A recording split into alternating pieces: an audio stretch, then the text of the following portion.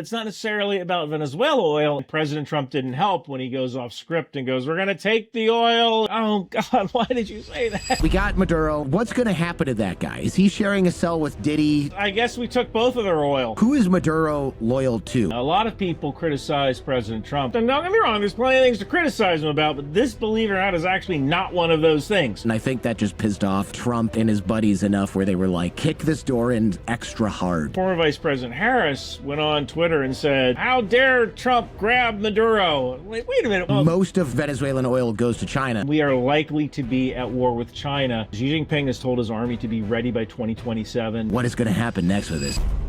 Ryan McBeth, thanks for coming back on the show, man. You know, I can always count on you to come on and talk about. In fact, now that I think about it, every time you're on the show, there's a major world event or disaster. Coincidence? I think not. Yeah. I'd like to know why I'm always on Out of the Loop. I don't get my own show. It'd be great if I could have my own show for once. Yeah. I mean, I get a little picture, with a little picture of my face, a little painting. I'll give you some show art at some point. Don't worry. Now we got to talk about Venezuela. Let's talk about Venezuela. I want to kind of go a little bit deep because I think they're like Venezuela. This Maduro guy, there's a lot of oil at the end. People don't know that Venezuela essentially was like part of a federation that was essentially Grand Colombia back in the day, led by Bolivar, and wasn't, they like, can we do a little bit of that, the 19th century kind of stuff? Absolutely. It's actually a really fascinating story. These are very proud people. So Venezuela, it was home to numerous Native American tribes. Until 1522, when the Spanish colonizers claimed the region. And Venezuela actually means Little Venice because the colonizers, the Spanish, saw like there were these houses on stilts in the water, and it kind of reminded them of Venice. Now, then in the 1800s, this whole independence movement gained traction in South America. And back then, Venezuela was part of, you're absolutely correct, Grand Colombia, led by Simón Bolívar. And Grand Colombia was like Colombia, Panama, and Venezuela. And then Venezuela became a republic in 1830, I believe. Yeah. So what you mainly saw during like the 19th century were these chieftains, caudillos, I think they're called, who dominated caudillos, like politics. I think. Caudillos. Where everyone's cringing at our Spanish. You know what? I can speak Arabic a lot better than I can speak Spanish. Yeah, well, just say caudillos and it'll be good enough. Caudillos. Caudillos. Yeah. Okay. Gringo Yo style. quiero Taco Bell. Man. That began to change like in 1914 when oil was discovered and production started to kick off in like 1922. And the country became like a pretty wealthy and prosperous democracy in Latin America. Mm-hmm. Okay. And then Cold War changed that, or what happened? It was actually fairly stable during the Cold War. What changed it was a coup in 1992. So Hugo Chavez, who at the time was a colonel in the Venezuelan army, he started a coup against the government. And the coup failed, and he was actually thrown in jail. And then he was released, I believe, 2-3 years later, and then he ran for president. So you can actually imagine that happening like in America, right? You go to jail for trying to overthrow the government, and then you become president. And Hugo Chavez was elected president in 1998. And he immediately started rewriting the Constitution. And a lot of people liked this guy because, like, he promised to redistribute the oil wealth, and he challenged kind of the old elite rulers of the country.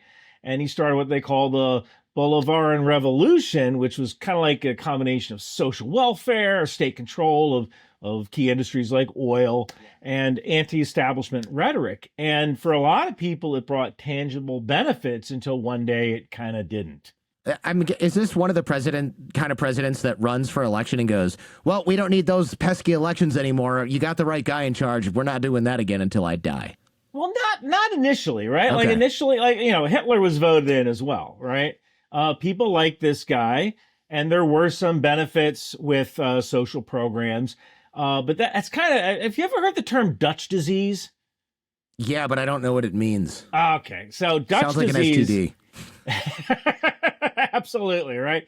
So Dutch disease is this concept where when you suddenly discover oil or really any kind of mineral, right? Any country that extracts minerals as their primary income, when they get this sudden influx of cash, a lot of times they start spreading it around and they start all these social programs. And that is great until the price of that commodity suddenly collapses.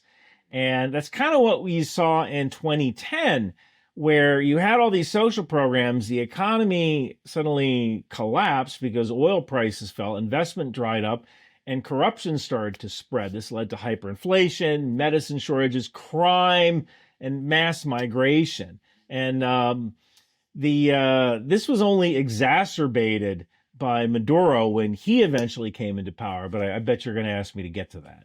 Yeah, that exactly. Good call. Well, I think a lot of people are probably wondering, like, okay, but I'm working in Michigan or Ohio or Nebraska. Why should I care about Venezuela at all right now?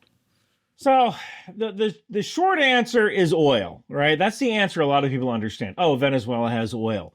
But Venezuela is actually a very strategic region for the United States. And that is because we are looking out at a time horizon of 2027 or 2028 when we are likely to be at war with China over Taiwan. China is likely to invade Taiwan in 2027 or 2028.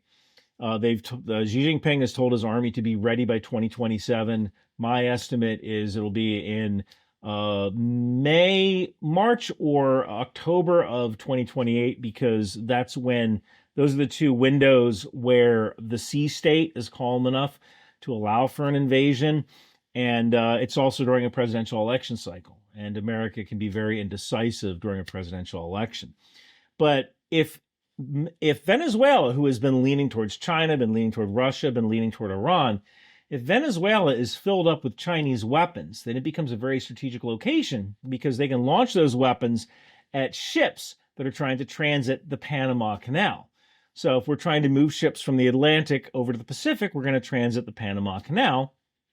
And Venezuela could launch Chinese anti-ship missiles at those ships. They could also host things like Chinese container ships. There are Chinese container ships that open up, the tops open up, and there are missiles on, inside those shipping containers. Wow.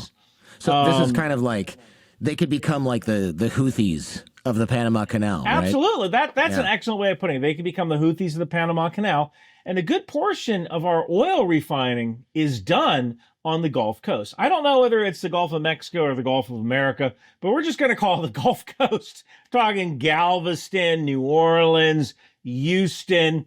So if you're close enough with long-range cruise missiles and long-range precision fires, you could fire missiles at America and hit some of those oil plants. That's why I've said it's about oil, but it's not necessarily about Venezuela oil. It's about our oil, because we have so many refineries on the Gulf Coast that are within striking range of intermediate range missiles or even cruise missiles or long-range drones from Venezuela or from ships operating out of Venezuela.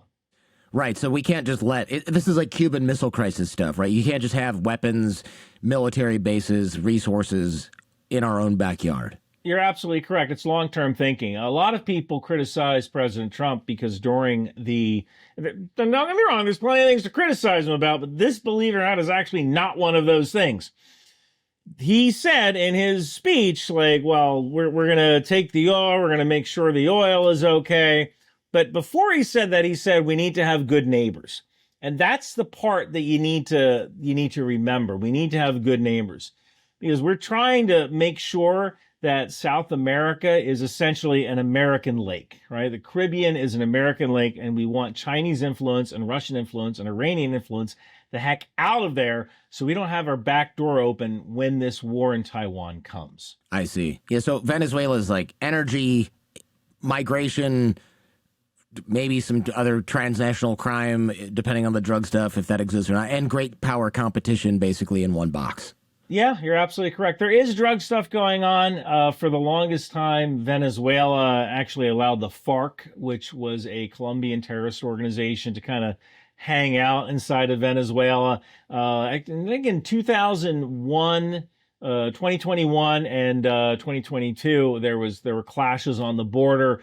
because the FARC wanted to run this drug route, and I guess they didn't pay off the local Venezuelan commander, and so there were clashes, and Venezuela went in with their army, and they got their butts handed to them by the FARC. Wow. So that didn't work out too well for Venezuela, but that's kind of one of the issues you have when you have a military that's what's called a palace guard or internal security military.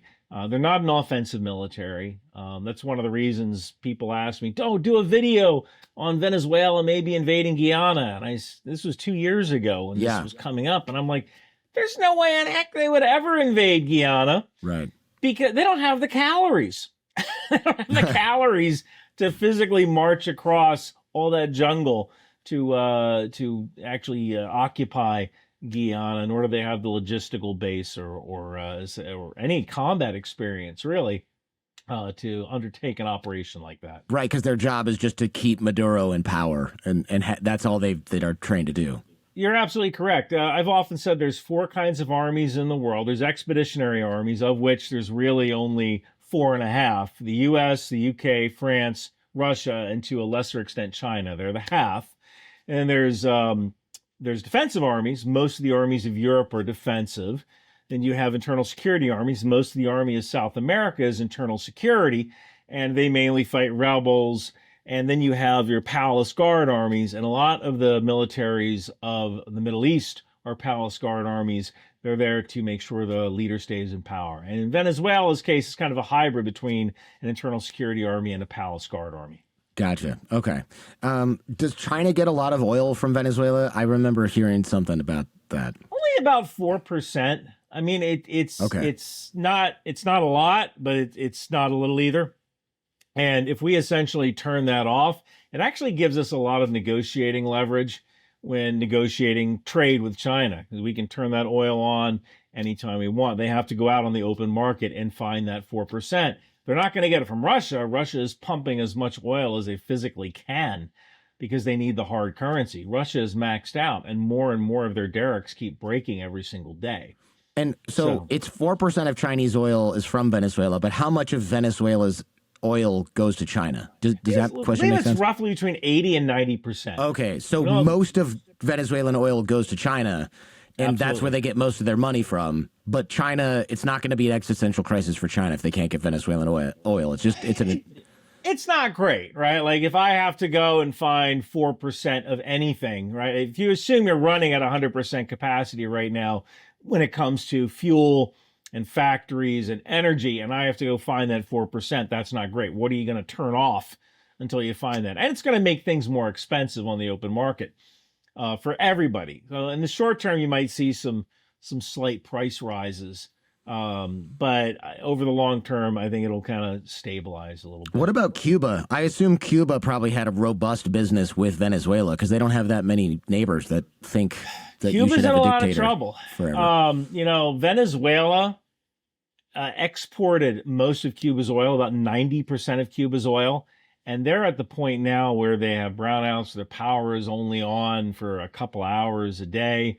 Turning off that spigot to Cuba is a major, major problem for Cuba because they don't have a lot of places they can go for oil, and they don't have any hard currency. One of the reasons Cuban cigars are so horrible is that they are pumping anything, whatever they can manufacture, cigar-wise, whatever crap they can manufacture, they're throwing that out the door because they need that hard currency, and it's one of the few things they can produce that the world will buy.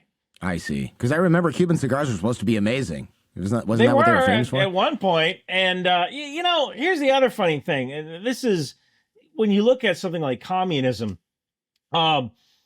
American cigars, and I know a little bit about cigars. I have a humidor right behind me. I mean, American cigars are General Cigar Company cigars. A lot of cigars are made in Miami, Dominican Republic, Honduras, Nicaragua sometimes. Those cigars are draw tested. They put them on a machine. They make sure that you can actually suck through the cigar before they ship it. So there's a machine that actually sucks on the cigar for you before they cap it and put it in a box. I'm going to have to talk about that after the show. I might need one of those for my friend might need one of those for reasons. So what's fascinating is that when you choose not to innovate and invest back into your company because you're just trying to grab all the hard currency you can, you tend to fall by the wayside. And that's why Dominican and Honduran and Nicaraguan cigars are now superior to what Cuba is putting out, even though they have some of the best soil in the world for growing cigars. What do people consistently misunderstand about Venezuela? Because people will see, they'll see the words oil and socialism or communism, whatever, in a headline and just kind of like lose their mind. They're thinking, and a lot of people, let's say on Reddit, are like, oh, America hated it because they were distributing all the oil wealth to the people. And I'm like, last I checked, people were literally starving to death in Venezuela. So where's that oil money going again? Come on. It's basically going into the pockets of the regime. Yeah. Now, Venezuela is actually one of the largest producers of Bitcoin, believe it or not. Huh. And that's because the government subsidizes electricity. So it's very, very cheap to mine for Bitcoin inside of Venezuela. But for a while, I want to say it was in the 2010s, there were people, it was never the kind of famine that you might see in Ethiopia, but there were people who were choosing to lay in bed all day so they didn't expend any calories getting up and moving around. It was literally that hard to find food. The security situation there is pretty bleak. People don't really have any rights, right to assemble. There's these units, and I'm probably going to pronounce it wrong in Spanish, colectivos, which are basically motorcycle gangs. Yeah. These are motorcycle gangs with guns that are sponsored by the Maduro government. And these colectivos will drive around intimidating people so they don't protest, or if there's a vote, they might intimidate people to not vote for the opposition. So the situation there is pretty darn bleak. We've got listeners down there, and they've said to me that the colectivos, they'll just shoot you. Like if you're out in the street and you're holding a Venezuelan flag and they think like you're celebrating Maduro getting kidnapped, they'll just shoot you. They're not going to ask you anything. They'll shoot you and all your friends. Like they don't care. And I was like, what do these people do? And he said they're day to day, they're just criminal gangsters that sell drugs or do human trafficking, but they'll take a check from, the police or the government as well. And they have zero accountability. And some of them probably just do it for the love of the game. If you're enough of a psychopath, right? Just go around killing teenagers that you don't like. Why not, right? Yeah, I mean, it's easy money. And I know when people were leaving Venezuela, traveling over Colombia, Maduro sent all these colectivos over to the border to just steal from them as they cross the border, right? Right. Just take from them. And Cuba did the same thing when people left Cuba. People packed their suitcases, packed their bags, and the Cubans would just take everyone's suitcases as they left, right? The Cuban government did that as people fled the country. So yeah, the colectivos are some pretty bad news. So Venezuela's collapse, this is multifactorial, right? This is corruption up to the gills. There's no solid institution. I shouldn't say none, but there's few solid institutions. For example, there's no courts keeping the government honest or anything like that. In fact, I think during the election that was stolen, he basically took out any judge that said, hey, this might not be right. It was like, well, we know that. You're fired, right? There's sanctions, there's mismanagement, there's brain drain, mass immigration, just all stacked together. And the fact that Maduro was still in power was only because he was shooting anybody who decided that maybe they should say something about that. And I find it crazy. I mean, the amount of immigration, I don't know if you have these numbers handy, but the country has like 30 million people. Or had, and like 8 million people, the country has like 30 million people. Million. And before that, like left. 8 million people left. So something like 24% of the population has left since the late correct. 90s. It is absolute madness. And a lot of those people, they would try to go somewhere and send money home. But in a lot of ways, I think Maduro saw this as a safety valve, like let those people leave. They can send money back home, and that makes me even less accountable to make sure that make sure that my people are being treated well, or they have all the education, power, and needs.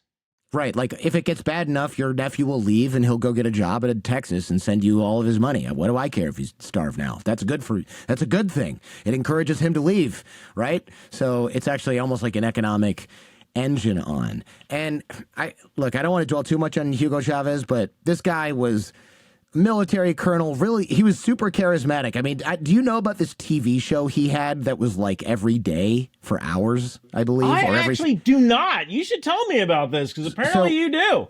I mainly do weapons, so this sounds fascinating. Man. I'm pretty sure I misspoke, but I think it's every week. I think every Saturday he had a TV show that was literally like 5 hours long sometimes.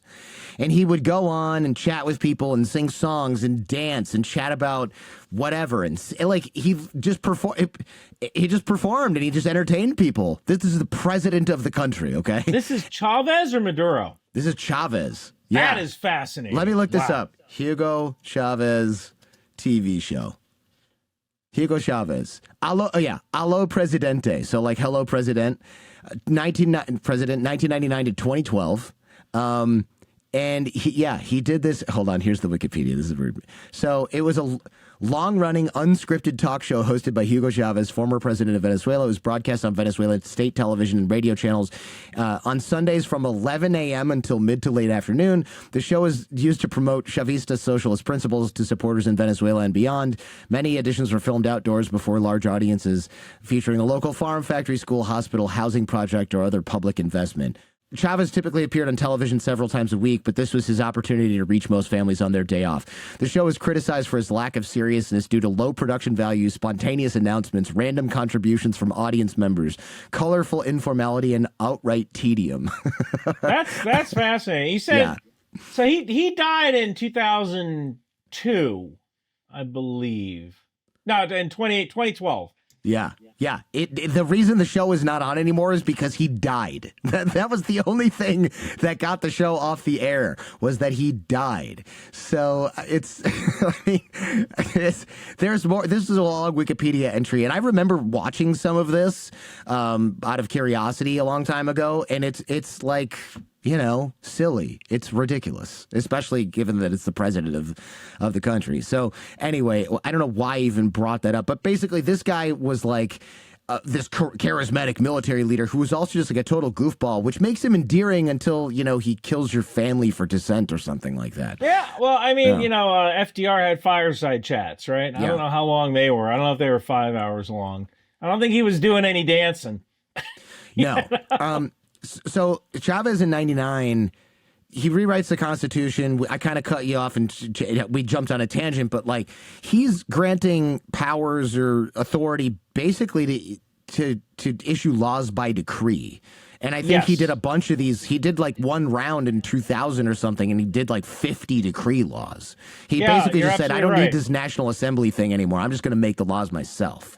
Well, they still have the National Assembly, but he has a lot more powers to grant decrees. I believe between 2000 and 2001, there were 49 decree laws. And then in 2004, 2005, he started packing the Supreme Court with supporters. Yikes. Which allowed him to appoint judges that would be more favorable of Chavez. So, and by I think it was in 2008, another thing Chavez started doing was he started implementing new gun restrictions. There was an assassination, I believe, 2 years earlier, an attempted assassination, and he was deathly afraid of civilians with firearms because he did not want to get taken out. So he implemented, I want to say it was in 2008, they started gun registration and kind of creating a master list. And then by 2012, all civilian firearms ownership was banned, which was kind of the beginning of the end for any kind of ability for a mass civilian uprising. That is what Second Amendment guys in the United States talk about all the time. Like the beginning, this is what authoritarian regimes do. They make sure nobody else has any guns because they're scared. I mean, that was the playbook in Cuba, arma pacua, right? Arma pacua, am I saying that correctly? That was what supposedly one lieutenant asked Castro, will we be allowed to keep our firearms? And Castro said, arma pacua. Guns for what? We don't need guns anymore. So you're mixing French with Spanish now. All right, okay, got it. I was like, what on earth?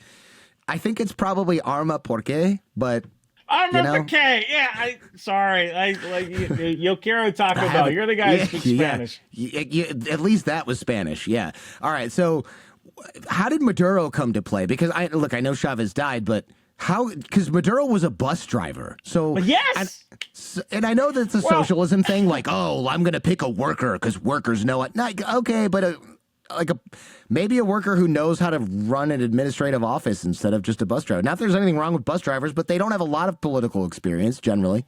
So a little. I mean, you're in the right area here. So Maduro started out as a bus driver, and then he became like a union steward, like a shop steward, and then he was the leader of the transportation workers union, and then he got elected to Congress or into their assembly. That's fair then.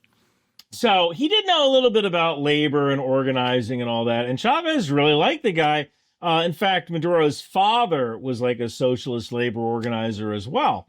So there were some synergies there. And Chavez eventually became vice president, and Maduro became vice president, and he moved into the presidential office when Chavez died. So who is Maduro loyal to? I mean, he's not loyal to the people of Venezuela because he's not giving them most of the benefits here.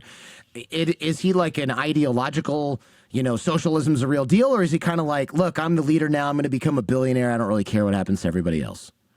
That's an excellent question. I mean, I can't see into the man's heart, right? I'm sure that if you're espousing beliefs as a socialist and you started out as a labor union organizer, you do tend to believe in socialist principles. So I'm sure that's still there, but I think maybe he kind of forgot about the whole distributing the wealth of the people thing. Yeah. And he basically enriched himself and enriched his cronies and enriched certain people in the army. You have to, and the security forces. One of the things you have to understand is that in any kind of authoritarian state, you have to essentially satisfy three factions. You have to satisfy the ruling elite, you have to satisfy the military, and you have to satisfy the police and intelligence services, because any of those three organizations can bring you down.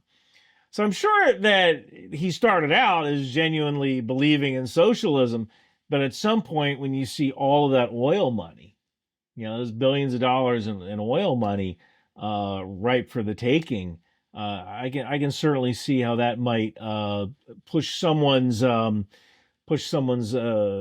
beliefs more toward capitalism, or at least toward kleptocracy. Yes. Right. Yeah. I would love to know a little bit about everyday life for normal Venezuelans under Chavez and Maduro, because, I mean, my best friend was Venezuelan when I was growing up as a kid. This is like the 80s and early 90s.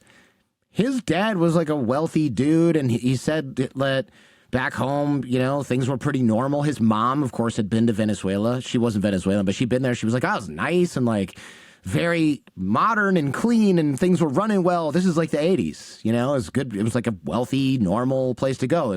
People were not starving in the streets and lighting things on fire. So widening inequality clearly happened at some point. Yeah, absolutely. I mean, I think that the inequality slowly began because there was a difference between people who were connected and people who weren't connected, right? And a big portion of that was hyperinflation. So hyperinflation hit in like 2016, and this hyperinflation was over 800%. And you can just imagine if you think that something is going to cost more tomorrow than it does today, you're probably going to buy that thing today. And what does that lead to? That leads to shortages. Remember when during COVID, when we had there was no toilet paper on the shelves? Yeah. Yeah. So why are people buying toilet paper? Oh, well, there's toilet paper there. I better buy it because there might not be any the next time I'm in the store. And in a situation like that, where there's all this hyperinflation, if you have somebody in power, such as a police officer, or even just someone who might grant a permit like a driver's license, the corruption doesn't become someone stole money. A lot of corruption in the U.S. is of the someone stole money kind of, pay to play kind of thing, or I'm going to steal money from this organization. Corruption in Venezuela was more like the system won't function unless you grease my hand a little bit. Right. And I think in some ways, a lot of that is intentional, because Iran is a similar example. I know a woman who's Iranian, and she has been trying to get a passport for almost like years now, because she has a piece of property in Iran, and she can't sell it unless she gets a passport and goes to Iran and is able to complete this transaction. But in order to do that, she needs a birth certificate. In order to do that, she has to send away for it and then go to the consulate. And I think a lot of those runarounds, that bureaucracy does two things. The first is it staffs the government with people who will support the government, right? Because at least it's a job. And the second thing is that job becomes an excellent opportunity for graft. Oh, you want your birth certificate? Well, you have to pay me. I can expedite it if you pay me. There was a story of, and I love this story. There was a factory owner, and this guy, he couldn't find toilet paper. And the union contract that he had with his workers required that he provide toilet paper in all the bathrooms. So now you got a guy running around the city trying to find toilet paper instead of actually running his business. Because if he goes into breach of contract with the union, the government can take his business. Oh, my God. And if you have someone running around just constantly doing busy work all the time to satisfy these little tiny bureaucratic states, then you need to, it makes it a lot harder to go protest or fight against the government, right? Right. Like I can't protest against the government. I got to freaking wait in line for food. I can't protest against the government. I need to renew my driver's license, and that takes 2 days. Jeez. Right. So I think a lot of this is intentional. So that the average life of a person in Venezuela is just dealing with all this BS and dealing with people who are in the government who want a payment just to do their jobs. Right. Yeah. Yeah. Okay. Venezuela, man, they got 300 billion barrels of oil or something like that. How does having massive oil reserves, how does that make the problems worse? Because a lot of people are like, there's so much money there, this place should be, a paradise. But the problem is all these oil states, except for Norway, it's a curse, basically. Yeah, I think any country that primarily relies on pulling minerals out of the ground tends to become corrupt, because then there's no incentive to be accountable to taxpayers. Right? You and I, we pay money to the federal government, or in some cases the state government. And for the most part, if the government doesn't do what we want them to do with that money, we unelect them, right? I complain a lot that I get taxed 6% where I live in Maryland. But I can go online. I can renew my driver's license online, right? I don't have to go into the DMV. I do actually get a lot of services. But if there's no incentive to be accountable to the taxpayer, and you have things like foreign contractors providing a lot of the expertise for mineral extraction, then all you really need to do is provide the labor, which is mostly unskilled or semi-skilled labor. So you don't necessarily need to make sure your people are educated. They don't necessarily need to have hospitals other than maybe maternity hospitals, right? Because you still need to keep that birth rate up to keep manufacturing, to keep creating those semi-skilled or low-skilled workers. You need those people. And then you need a small group of people who are the elite, the doctors, the lawyers, the technocrats that help the country run. But you don't necessarily need that big middle class that's well educated, because those are the people that can go protest or might get upset if things go wrong. So mineral revenue is basically the prize that makes corruption kind of worth it. Right, and I've done shows about this. I remember talking with, his name is Alistair. He wrote The Dictator's Handbook. And one of the questions that, remember that guy? Yeah, I've been quoting stuff from there, yeah. Like when I said great. The 3 people that you need to satisfy. Yes, exactly. This is like straight out of the Dictator's Handbook. And the reason that, so I went in depth on like why oil and mineral extractive regimes are usually authoritarian shite holes where people get shot in the street, just generally. It's the default unless you really have a lot of momentum going in the other direction, like you're Norway and one of the most sort of progressive societies in the world, and you have oil. And then like you mentioned before, Dutch disease, high oil prices, good times, everybody gets a government program so that they don't have any problem with the government. But then the party stops because, it was the game of music. I'm going to screw these metaphors up. But the music stops, musical chairs goes to shit because the oil price falls, and it's like, not only are you not getting free education, you aren't getting food. So, because there's no diversified economy, you got major problems. The other issue is you have a lot of businesses they have a hard time competing Yeah. with oil or mineral extraction, right? So if I have a factory and I make widgets and I can pay you $10 an hour, but the oil fields pay $12 an hour, well, where are you going to work? Right. Right. Now, some people will work at the widget factory because maybe it's easier work, but eventually that widget factory is going to have to raise their wages so that people. This is the problem that Russia's having right now. I've got friends there, and basically everybody works at a defense contractor. Like everybody. I mean, they still have teachers. The defense and contractors doctors, are competing with the Army. So the Army raises wages, or they raise the bonus. So the defense contractors have to raise their bonus, and that's why you see 20% inflation inside of Russia. Yeah, it's not just, I don't mean like defense contractors per se, but defense related industries, I should say. So like everybody's doing something because that's where all the money is, like all of it. Okay, oil production. They produce less than, I was shocked by this. They have the second, what is it, first or second largest oil reserves? I think they have the largest oil reserves. But they produce less than 1 million barrels a day, which makes like no sense to me until you read that they've probably got those oil derricks are rusty, right? They haven't been cleaned out since Chavez, which is what, 1997?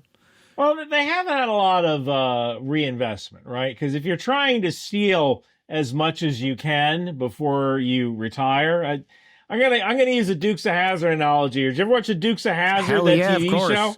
Yeah.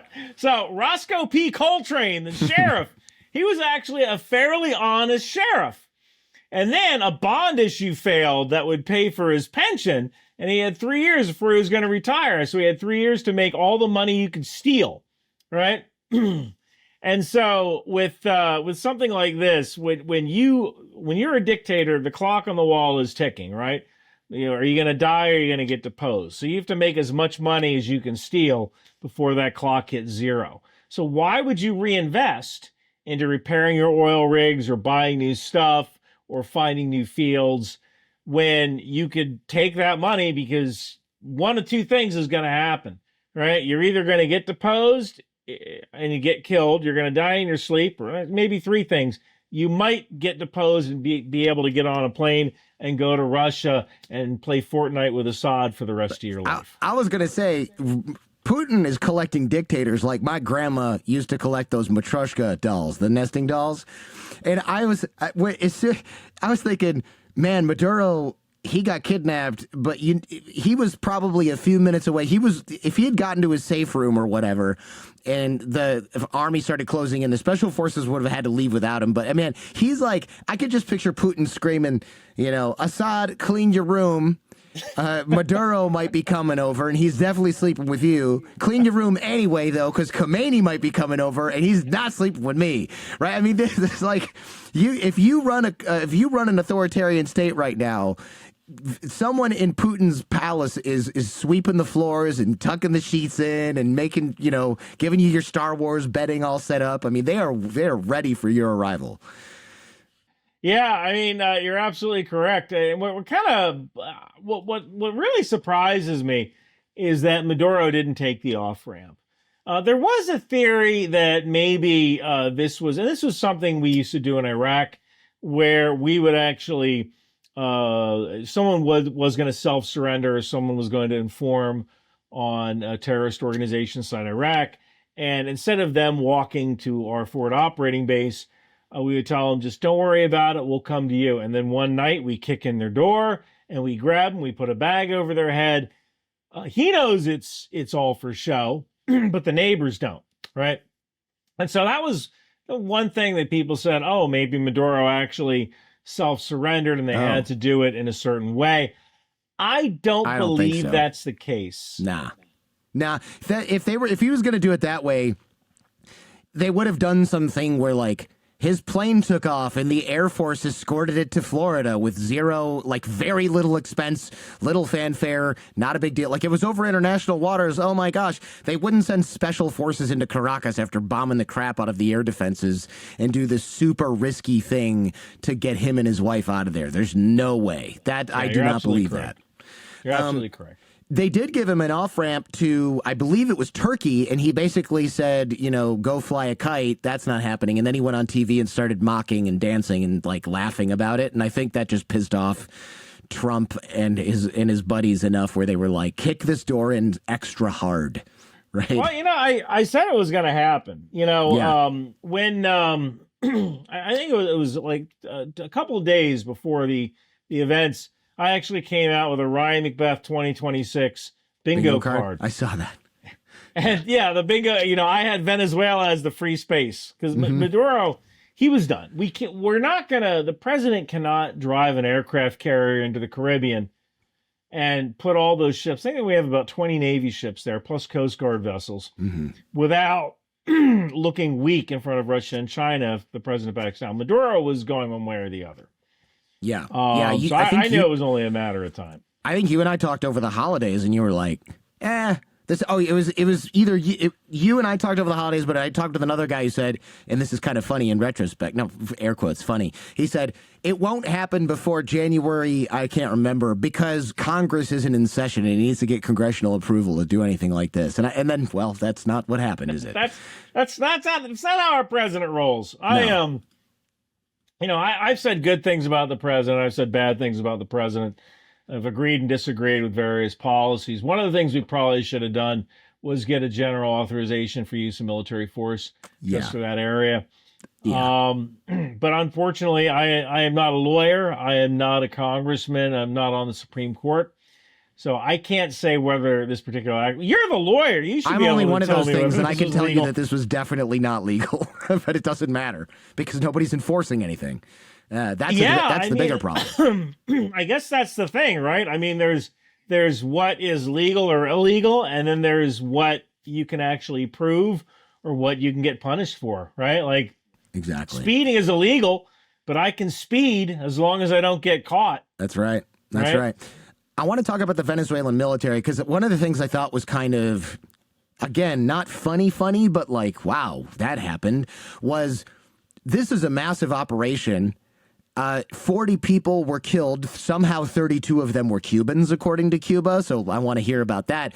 But then also, I don't know, we had to repaint one of the helicopters because it had a bullet hole on it and everybody else was totally fine. I mean, we absolutely smoked this mission. The Venezuelan military are they competent at all? I mean, clearly they don't stand a chance against American soldiers or Marines or special forces at all. But is it just they just do internal security? But isn't internal security, I don't know, controlling your airspace? They have all these, Chinese or Russian air defense units. I mean, hey, you might want to plug those in, guys. Yeah, I mean, so war is hard, right? There's that. War is hard. So I to start with the air defenses, one of the air defense units they have is the Russian S-300. It's an older system. It's not the best system. Ukraine still uses that system. Russia still uses that system. But we have ways of not only jamming that system with electronic countermeasures aircraft like the Growler, the EF-18 Growler, which can effectively jam these systems so that either they can't lock on to aircraft or they can't, once they fire, that missile goes someplace else. We also have something called SEED, or suppression of enemy air defenses, where when we notice that the enemy radar is emitting, we fire a missile toward that enemy radar, and that enemy missile is called that missile is called a HARM, anti-radiation missile. That missile goes after the radar signal. So it homes in on the actual radar dish that is sending out radio waves tracking a jet. And now they have two choices. They can turn the set off and hopefully move. If they do turn it off, the missile remembers where it is and goes there anyway. They can turn the set off, or they can keep it on in the hopes that they can either shoot down the incoming missile or still shoot down some of the jets. So that it is doing anti-aircraft work. It's an art, not necessarily a science, because you can have different units blink where they turn on their radar and then turn it off really quick, and have another one turn on their radar and turn it off really quick. But when you're facing massed forces, over 150 aircraft, and I would imagine quite a few of those were SEAD, or suppression of enemy air defense aircraft. You're really 18. I think they had 18 surface-to-air missile launchers, so 18 of those dealing with all of those Growlers, dealing with all those suppression of enemy air defense aircraft. That's going to be a major problem. Right. So they were prepared for an invasion from Curacao or Turks and Caicos, not an invasion from the United States. I mean, it can certainly give you a false sense of security, and that's not saying they can't get lucky. I mean, during the war in Serbia, if you look behind me, there's a Serbian flag, and it's right there. There's a Serbian flag behind me, and right below it is a patch from a Serbian military unit. These Serbs sent me that, and they also sent me a little model of a stealth fighter. Yeah. The Serbians shot down an American F-117 Nighthawk with a Buk anti-aircraft system. And the guy who was doing the air defense, he was just really good, and he was able to wait until the stealth fighter opened up its bomb bays. And when that happened, the stealth characteristics were gone, and he was able to shoot during that time. It took a lot of patience. So my buddy's army unit captured the pilot. That was Scott. Well, was the pilot captured? I think the stealth fighter pilot was not captured. Oh, okay. I thought it. Well, one of my Serbian buddies' army units captured a pilot from the United States. Yeah, I don't recall that particular instance with the stealth fighter pilot. I know there was a guy named Scott O'Grady who was with the Triple Nickel Squadron out of Italy. He was shot down in F-16, and he spent I think 8 days on the ground. Like eating ants. That was his big thing. He was eating ants for sustenance and avoiding Serbian patrols who were looking for him. It was this guy, Lieutenant Colonel Dale Zelko, in 1999. Oh yeah, this FF-117 Nighthawk was down. Okay, so he was, all right. Yeah. So you know a little bit about that than me then. Yeah. A little bit more about that than me. But yeah, so he was in, this is the Yugoslav/Serbian army. And my friend was like, we felt so bad for that guy. Yeah, I mean, the proximity warhead on a missile doesn't care if you're invisible. Yeah. Right? Shrapnel doesn't care if you're invisible. So the guy I lived with in Serbia went up on a billboard, and they spray painted in Serbian, "Sorry, we didn't know it was invisible." That's pretty funny. Yeah, they're pretty snarky. It was kind of funny. Yeah, Serbians are good. It's a good time. It's a good time if they're not shooting at you. Yeah, and maybe even if they are. I don't know. Actually, I'll leave that story. They actually have some really good military equipment, the Serbs, in a lot of ways, because almost kind of like the South Africans, because nobody would sell to them. Right, so the Serbians had to develop a lot of their own military equipment, like the Lazar, which is an armored personnel carrier. But I know we're here to talk about Venezuela. Yeah. You had mentioned the troops, and for the most part, if the troops are essentially just being used to put down protesters, they're not very skillful. When you have special forces guys, they built a compound. They built Maduro's compound, and they practiced again and again and again and again in order to execute this mission flawlessly. So when you're going up against operators who've practiced for 4 months to kill you, and they know every single corner, you might be able to get a lucky shot in, but these guys really are the best of the best. I wonder what the plan was, because they said, I read about this, and they said that Maduro, when this was all going down, they knew exactly where he was. They knew what he had for breakfast. They knew all the places he was going. They knew what kind of pets he had. They knew his night schedule, his morning routine, everything, of course, because the CIA was on the ground. They said that when they caught him finally, he was already in a safe room trying to close the door. So, that was a close call. Also, what was their plan if he got in that room and shut the door? Because it sounds like they had a 30-second, basically window that they almost didn't get him. Were they just going to drop a bunker buster on that thing and then they didn't arrest him? He just turned into pink mist, or what? They would probably, they have charges with him. You'd blow that door. There'd be ways to get through that door. Look, any safe is really a time delay, right? Yeah. So the question is, how much time do we have in order to penetrate this room? One of the things that I had mentioned in a video I had done was that President Trump, it was on October 15th, he said, we have CIA assets in Venezuela. And everyone went, oh my God, why would he say we have CIA assets in Venezuela? What an idiot. He didn't say it for Americans. He didn't say it to brag. He did it to let the Venezuelans know we are coming. And you can open the door for us, or you can be under it when we kick it in.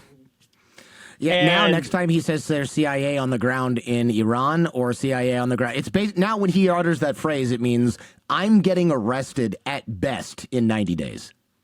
Well, it's probably a little bit easier to put CIA on the ground in Venezuela. I don't know how many Persian special operators or CIA agents we have. We for sure have that. Are you kidding me? Go to L.A.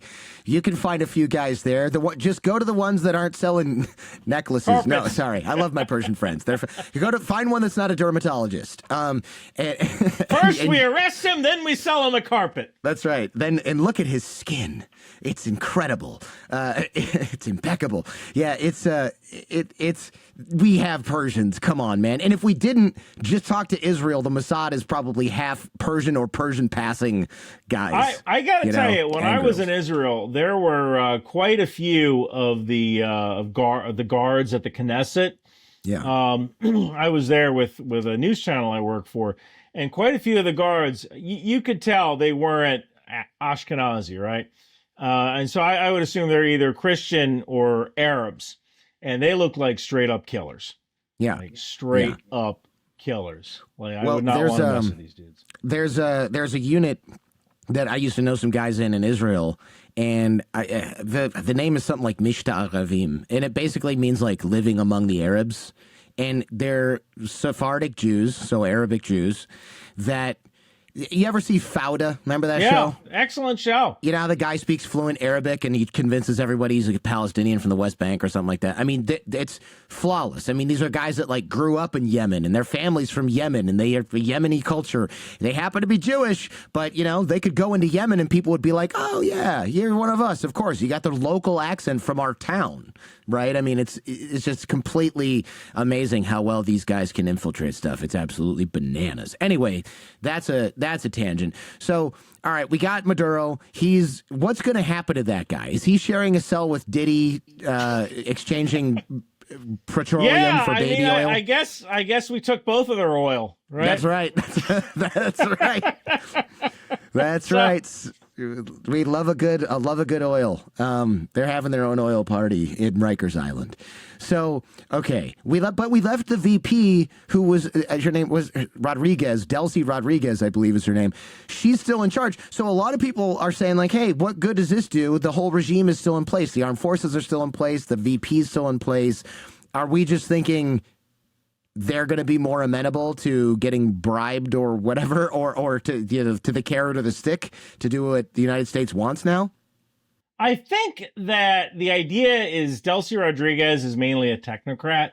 She did kind of run the oil side of the oil exploitation side of Venezuela for quite a few years, and she was the vice president. So she manages a lot of that stuff. She knows where all the bodies are buried and how the oil extraction process works in the country. One of the issues that we had in Iraq and I guess in Afghanistan as well, we listened to people like Nouri al-Maliki in Iraq and Hamid Karzai, and these people said, oh, the people love me, the people want me back, the people want me here. And what happens when we arrive in Iraq? Well, the people don't know who Nouri al-Maliki is. He hasn't been here. And Hamid Karzai was basically the mayor of Kabul, right? So I think, so the thing is, in 2024, Edmundo Gonzalez, he won Venezuela's last election, and Maduro essentially said, no, you didn't. And he was a stand-in for a woman named Maria Corina Machado. And both of those people left the country, right? And Maria Corina Machado, she was the one who won the Nobel Peace Prize and like thanked President Trump, thinking, oh, he's the guy who's going to bring me in. The problem is that if either Gonzalez or Machado, if they walk off of the C-17 escorted by Marines the Venezuelan Right. army Yeah. and the Venezuelan police are not going to respect them. They're going to consider them to be American puppets. That makes sense. That it's going to look bad if we put our own people in charge after arresting the leader. That's especially people who've been out of the country. Have been risking their butts like everybody else in Venezuela. Like I said, Right. Hamid Karzai and Nouri al-Maliki, who, oh, yes, I'm going to go in and they're going to be throwing roses at me. And, that didn't work out. So I think for once, we learned our lessons. And actually, I will tell you this, going back to military stuff for a second, we fought an insurgency for 20 some years. One of the things we're really, really, really good at is finding where a bad guy is, kicking in the door and grabbing him. That's something we essentially practiced for 20 years. So, this was absolutely inevitable. And that's one thing we learned from the global war on terror, along with maybe we shouldn't take the outsider and put them in a position of power.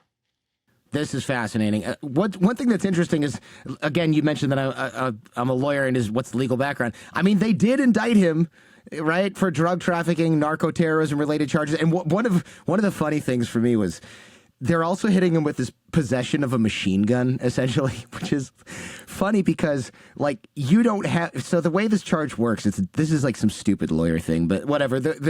Maybe nobody else thinks this is funny, but in order to get this charge, you don't have to have a machine gun. Like, if I get hit with that charge, it's not like I have the machine gun in my hands or in my kitchen.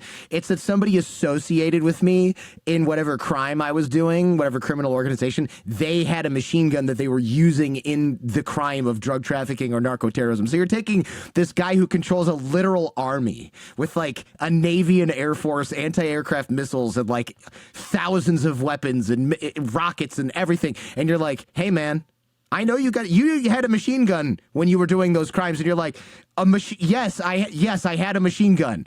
I have thousands of them and grenades and missiles and everything, in a boat that launches them.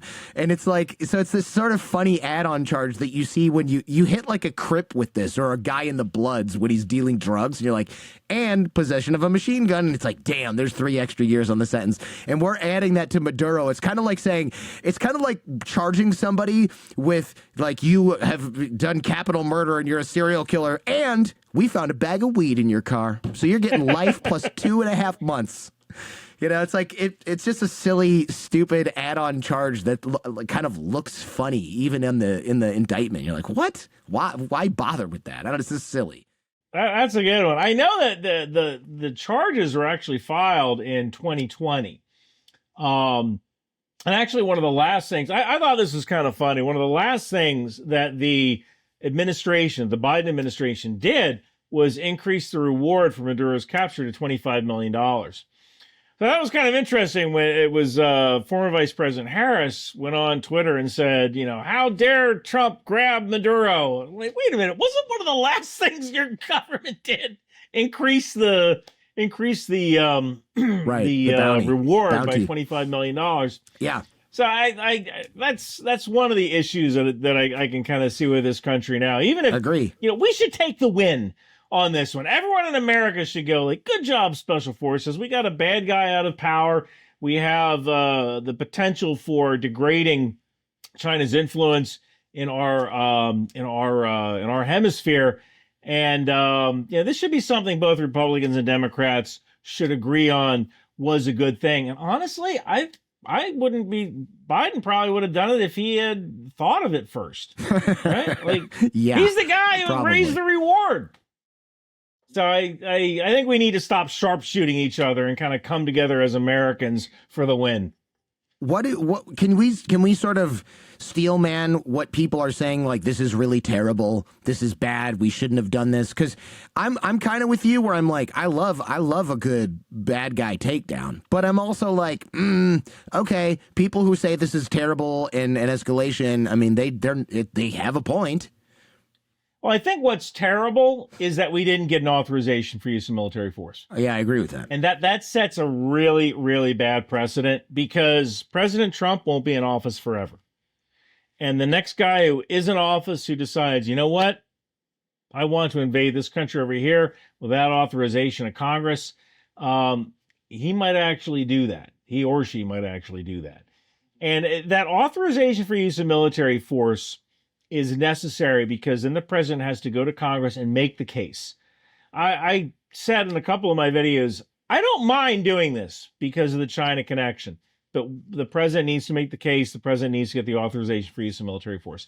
And Congress has not done its job. They've been asleep at the wheel when it comes to the checks and balances that our nation depends on. Yeah, I completely agree. I wonder what it's as hard. This is an impossible question to answer, but maybe I should rephrase it. There's certainly a portion of this, I'm thinking, that basically wanted to signal to China, hey, we don't care if you have influence in our backyard. We're not going to allow that. And also to Russia, hey, you have influence in our backyard. We don't like that. And by the way, your weapons are trash. Yeah, I mean, if there was a nail in the coffin, it would certainly be this, at least when it comes to surface-to-air missile systems, because the Iranians are using Russian-made surface-to-air missile systems as well. If Russia ever recovers from their war in Ukraine, nobody is going to buy their stuff. If I were in a democracy or even like a semi-democratic country where people really are accountable in the legislature, and someone said, hey, we should buy these Russian T-72 tanks, I know that if I agree to that, the next time I'm up for election, people are going to be showing footage of Russian tanks blown up with their turrets popped off in Ukraine. And they're going to go, Senator Bongo wants to buy this horrible Russian equipment. Vote for this other senator, right? Yeah. So when you look at the performance of Russian equipment in Venezuela, that doesn't really bode well for the Russian arms industry. And if Russia can ever recover and actually export arms again, because right now everything is going towards Ukraine. They essentially can't export anything. I do think Russia actually took a bit of a win here because they can now go, yeah, we invaded Ukraine, but look, they went and arrested Maduro. They're no better than us. I mean, I see key differences in these two things, but they're going to say, hey, the international law that you guys talk about all the time, you clearly don't care about that either. You're absolutely right. There is a woman, she's a Russian-American, her name's Ksenia Terekova. I've worked with her on various projects before. And Ksenia keeps an eye on the Russian news media. And she said that Russia has already been showing their citizens, look, this is what America does. Now, on the world stage, I don't really think it matters because it's not like other countries are going to go, oh, look, America did it, so Russia can do it too. It's kind of like that Tyler Perry movie, I Can Do Bad All By Myself. Mm-hmm. Russia doesn't need an excuse. Mm-hmm. Russia can do bad all by themselves. So can China. China doesn't need an excuse to take over Taiwan. But from an internal standpoint, this really is a win for Russia because they can say to their people, look, America is no different. Right, exactly. Although, ignore the part about how they didn't lose anybody and it took 3 hours, and we're in Ukraine for 3 years and we're on 500,000 dead or whatever the heck it is at this point. Not just that, but look at when Russia tried to take over Hostomel Airport, they performed an air assault, really similar to what we did in Caracas. And they flew into Hostomel Airport, which is a little bit west of Kyiv, and they had to do it at dawn, because they didn't have enough night vision goggles for their pilots and their men, and they didn't have enough training flying at night. Whereas the 160th SOAR, which is the Night Stalkers, the unit that flew these operators in, that's all they do is fly at night. Like, these guys fly at night all the time. Imagine looking through 2 rolled up magazine tubes that are tinted green, and trying to fly a helicopter. I've flown, and I put that in quotes because the other guy's hands were on the stick. I've flown a helicopter before. It is very hard. It is very, very hard. And these guys, they're the kinds of guys that can hover inches off the ground and keep it steady while their operators jump out because they don't want to land because they don't know if the roof will collapse or there might be a mine on top of the ground or whatever. I mean, these guys are really that good. And Russia, look, you get what you pay for. If you're not constantly training like the 160th does, you're just not going to see that level of performance out of your pilots. I would love to talk about the people who say, well, I would love to counter the people who say this is just about oil. Because yes, we do need the grade of oil that Venezuela pumps. It's the kind we are set up to refine in the United States. But it's going to take like 8 years to get that stuff back up online. I mean, this infrastructure is just trashed right now, and digging wells, especially offshore stuff, and deep enough in pipelines and infrastructure to the ports and the containers. I mean, this is not something, even if you work 24/7 at rapid pace as fast as you can, you're talking about half a decade before you're really ramping this stuff up. I mean, it's going to be crazy. It's going to take forever. You're absolutely correct. When you look at it, you have companies like Exxon, and I'm sure it would be great to go down to Venezuela, but we got plenty of capacity coming from fracking in North Dakota, right? So why would we go down to Venezuela and invest money in something where it's going to take 5 to 7 years to get any kind of return on investment? I mean, and it might get seized again by the next guy who gets elected in Venezuela. That could theoretically happen. And, in 5 years, assuming there's no third President Trump term, which I don't think is going to happen, but let's say the White House flips and you have a person who enters the White House who doesn't feel like we need to have the same sort of Dunroe doctrine. Well, those oil companies might be out of luck. So there's going to have to be some incentives for them to go down there and pump some oil, as well as some security guarantees as well. It still seems like this chess move makes sense, even if Venezuela was exporting avocados. Strawberries. Yeah, absolutely. I mean, and that's something a lot of people don't seem to understand, because people go, oh, the oil. And again, President Trump didn't help when he goes off script and goes, we're going to take the oil and we're going to, oh, God, why did you say that? And it's just the fact that we're kind of cleaning house in our own hemisphere and denying China and Russia and Iran access to that. I mean, there were Iranians who are coming to Venezuela. They get that diplomatic passport. Now you have Hezbollah guys who can travel all around the world on a diplomatic passport issued by Venezuela. That is not a situation that we want going on in our own backyard. Right. So what happens next, man? A little bit of oil volatility maybe, but probably not too much of that. What about opposition parties in Venezuela? Is the era of socialism over? I know Iranians are like, hey, we're protesting over here too. You want to drop in with your Night Stalkers and help a brother out? I mean, I see that kind of talk online as well.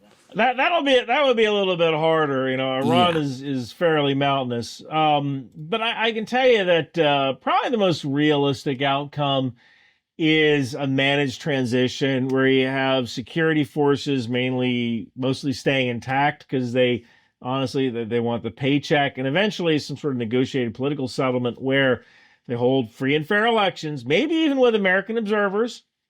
You have free and fair elections. And those people who are elected can then move toward weaning Venezuela off whatever socialist experiment they were in.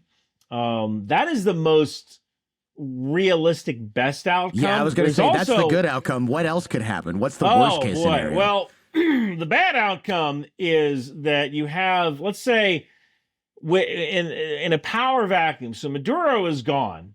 And maybe oil revenue isn't going out like it was, or maybe different people have to get paid off. Now you have these motorcycle gangs, right? And these guys essentially become free agents, right? Or Tren de Aragua, they become free agents. And now you don't see Venezuela turn into Iraq, because in Iraq there's a lot of there was a lot of sectarian violence, Sunni and Shia. The Sunnis were a minority, but they were in power. The Shia were a majority. They were not in power, and Iraq was essentially a civil war for probably about 6 years. Right? That you're not going to see that in Venezuela. You're not going to see a civil war because there's really no sectarian divide there. But I could easily see it turning into Libya, with all of these fiefdoms run by warlords, and probably most likely narco warlords, right? Because they're getting their funding somehow. And then you have this like legitimacy crisis where you have the president who is essentially the mayor of Caracas, right? And everyone is afraid to go out into the jungle because that's where all the gangs are. So it's like Haiti, kind of. Yeah, that could be. I could see that as a possible worst outcome. Jeez, oh my gosh. Well, let's hope it works out better than that. The reaction from Venezuelans has been interesting. There's people in Venezuela celebrating. There's Venezuelans in the United States celebrating. I do wonder and there's no polling data on this or anything, but like I wonder what the majority of people are doing. Do they see this as a liberation, chaos, foreign power meddling that they'd rather not deal with? Because if you're suffering and you've been starving and stuff like that and you have no medical care, you might feel a little bit hopeful. But if you're an older person who is just kind of thinking you have 5 more years and maybe you can survive it, this might not be a shock to the system that you really needed, you know? I think you're saying a wide range of possibilities here. I mean, you have people who, for 25 years, Venezuela has been socialist, right? You have people who've never seen democracy, right? Maybe some of the older people might be cautiously optimistic about what might happen. The younger people might kind of wonder, what is this whole democracy thing, right? How does that actually change? You know, I've got my TikTok, I've got my friends. I never get in trouble with the police. You know, what's the big deal? Maybe it's not a big deal until you want a family or you want a stable job. You want a good job after you get an education. I think if you're risk sensitive, like you're an elderly pensioner or something, you're probably going to fear any kind of instability, especially if consumer goods start flooding back into the country. Like sanctions get lifted, consumer goods start flooding into the country. Now you might see prices rise because now you have money chasing, more oil money gets produced, more money chases those new consumer goods. I think you might be able to see prices rise. And so pensioners might go, crap, it might not be as bad as 800% hyperinflation, but if you have a certain a dollar value to your pension, there's not a lot of elasticity there. If you're in the regime, that's a good question, because one big problem that we had in Iraq was what we call debathification. The Ba'ath Party was Saddam Hussein's party. And Paul Bremer, the genius that he was, and I say that sarcastically, on the third day of the occupation, he said, if you're in the Ba'ath Party, you're fired. And essentially everybody who knew how the water treatment plant worked walked off the job. So if you're in the regime, you're probably going to be thinking, like, I need to play along no matter what happens. So you don't want to rock the boat too much. I don't really see people grabbing their AK-101s and going and fighting for Maduro, because Maduro wasn't really fighting for Venezuela. AK-101? Yeah, I believe that's their assault rifle that they use in the Venezuelan army. Huh. I know there's 47 and I know there's 74 because I play Call of Duty. I never heard of the 101. So, it belongs to the AK-100 family. It's kind of a new rifle, floating barrel. It was developed in 1994. It uses 5.56 by 45. So yeah, it's a smaller cartridge, that intermediate cartridge. And I believe Venezuela bought, I think they have a license to manufacture it, and they manufactured like 1 million of these things. So there's a heck of a lot of these things floating around South America. You can probably get one real cheap right now if you want one for your collection. I didn't mean to derail you. This is an interesting and very sort of, frankly, fascinating developing situation. Do you think we're going to continue to drone boats coming out of there, or is that kind of over? I don't really know if it. Boy, that's actually a really good. That is a really good question. I guess we'll see. But I thought the point. It sort of seems like the point of that might have been to like rattle Maduro a little bit. Now he's gone. So yeah, honestly, that's a tough one. It might have been to rattle Maduro. I could see us not striking these boats anymore because our objective has been realized. So maybe maybe that won't happen anymore. I don't know how many, I don't know what kind of dent we put in the actual drug market by destroying Oh, 20 none. boats. No, I've read up on the narco traffic from Venezuela, and it's like, I mean, it's a drop in the bucket. It's not a real player. I would imagine it would be more Colombia for the processing. I know it is a fact that the FARC engages in cocaine production and trafficking in some of the jungles near the Colombian border. That is 100% obvious. I often thought those boats that we were hitting, they might have been going out to maybe a mothership, right? Like there's an oil tanker that's headed over to Europe. I'm going to carry a bunch of bales of drugs, and I'm going to pull up next to this mothership. We're going to throw these bales onto the mothership. The Filipinos who are operating the ship, they don't care as long as they get paid, right? You can bring whatever you want, and they put that stuff in the hold, and it goes over to Europe.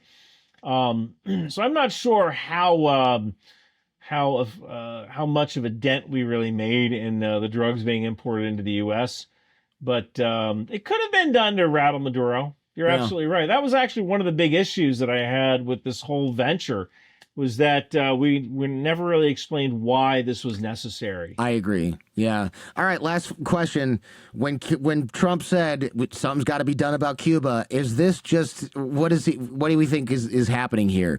Are we actually going to do something about it, or is it just like, I got a chance to scare the shit out of Fidel Castro and his cronies? Like, I'm going to do it. Yeah, we saw that movie, The Bay of Pigs. Yeah.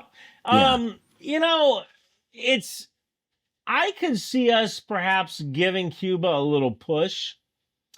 Right now we're kind of coming off a high, right? Like that raid was so amazing, and then 2 days later, the president's talking about invading Greenland. Like, take the win. W. Take the dang win. The W. All right. Yeah. Now we're talking about Greenland. It's certainly possible that we could give Cuba a little bit of a push, but I don't know how ready the Cuban people might be to accept any kind of Yankee imperialism, right? I mean, they might know that their lives aren't that great, but they've had to deal with the U.S. sanctioning their country since, I believe, 1960. Oh my God. 3, was it? Crazy. Since the early 1960s, right? We've sanctioned Cuba. And in fact, I think one of John F. Kennedy's last things he did was he bought 1,000 H. Upmann cigars from Cuba before he signed the order sanctioning Cuba. So he was good, at least for the rest of his life. That wasn't all that long. That's such a blatant. Anyway, yeah. It's interesting, but. Well, I guess then this is a longer conversation, but yeah, the Cuban people might not be ready for Yankee imperialism. Were the Venezuelans ready for Yankee imperialism, or you just think it's a different situation? I think it's a different situation because they've experienced wealth and democracy. Right. That's true. Nobody alive in Cuba has been there alive. Almost nobody alive in Cuba has experienced any sort of prosperity at any point. Really. I would say that's probably accurate. So I'm sure, like, I guess as Americans, we have this conceptualization that everyone wants to be free, and people are imagining like, oh, wouldn't it be great if I could speak my mind? And that's one of those things that sounds good to us, but for the average Cuban who they need to get to work and they need to find food and they need to do this. Oh, it's democracy now. Okay, does this mean I get food? And there could be that whole situation where democracy comes and you have winners and you have losers. I mean, you look at Russia, right? I mean, there were some real winners and some real losers. In fact, there were a couple of winners, and the rest of the country was the loser, right? When all those pyramid schemes came out after the fall of the Soviet Union. So if I would certainly imagine that if we kind of push Cuba over into some sort of fall of the Cuban regime, it's the Pottery Barn rule that Colin Powell mentioned. You break it, you buy it. You break it, you own it. And Venezuela might be able to take care of themselves, but Cuba is a freaking basket case. It is. My God, I went there, and I'll never forget the things that they told us versus the things that we saw with our own lying eyes, right? It was just like, everyone has free healthcare, and you get free clothing, and you get free school. All right, we're going to stop at this bathroom over here and bring pencils because the kids here don't have any. Why is everyone naked? They don't really have clothing. What the hell, I've man? heard when you run the Havana Marathon, it's tradition to give your shoes to somebody at the end. I mean, that doesn't surprise me at all. No. The things I saw there, and then our tour guide was like, "You don't understand, you don't understand, you don't understand," and I was like, "Maybe I don't understand, but I don't know.